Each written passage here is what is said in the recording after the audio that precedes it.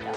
Why did you choose abandoned children? Ang dami-dami kasing yung iba elderly, yung iba mga abused women and kids, tapos yung iba HIV, yung iba naman kung anik-anik, kung ano-ano.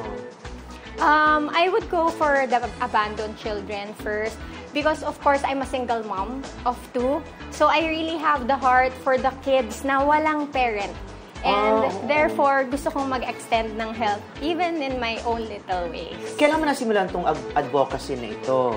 And since before, when I became single, 3 years ago, I had that in my heart and in my mind and in my actions na talaga. Anong plano mo?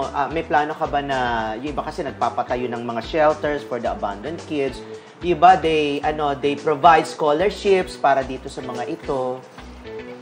Katulad nga po nung sabi ko sa ibang interview, no? Ngayon kasi, Sir Richard and I, we are still busy going on to serve. Actually, last December, we went around Mindanao to help abandoned children. So, we were there for 5 days. And then just last week, may mga hospital ulit kaming pinuntahan to help.